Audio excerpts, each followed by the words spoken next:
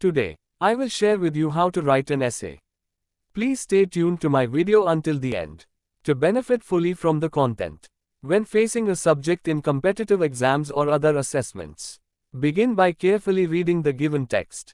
Once you have understood the text, the initial step is to create a compelling title for your essay. Following that, it is important to create an outline. The first section of the outline should be the introduction, where you provide information about the topic and express your opinion, whether in favor or against it. Additionally, ensure that the introduction is written in the present tense. Moving forward, the second part of the outline should cover the historical aspect of the subject. In this section, you need to provide a historical overview of the topic and present current information. The third part of the outline should focus on the advantages or disadvantages. If you are in favor of the topic, you should discuss its benefits and explain why you support it. For instance, if the topic is whether education should be free, you should discuss the benefits of free education.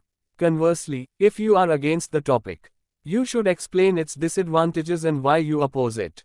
If the topic is corruption, you would describe the disadvantages associated with it. There are certain topics, such as social media, where it is important to discuss both the advantages and disadvantages in detail. When encountering such topics, you should provide a balanced viewpoint by analyzing and presenting both sides of the argument. This allows for a comprehensive understanding of the topic and enables the reader to make an informed judgment. There is an excellent addition to the outline. Is the suggestions section. You can provide recommendations for improvement or solutions to address the drawbacks of the topic. If you are in favor of the topic and have highlighted its benefits, you can suggest ways to enhance those benefits or make them more accessible. On the other hand, if you are against the topic and have discussed its disadvantages, you can propose strategies to minimize or avoid those drawbacks. Including these suggestions will demonstrate critical thinking skills and provide a well-rounded perspective on the topic.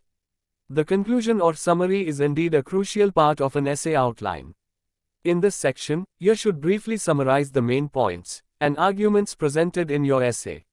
It is important to restate your thesis statement and provide a clear statement about the overall message you want to convey to the reader.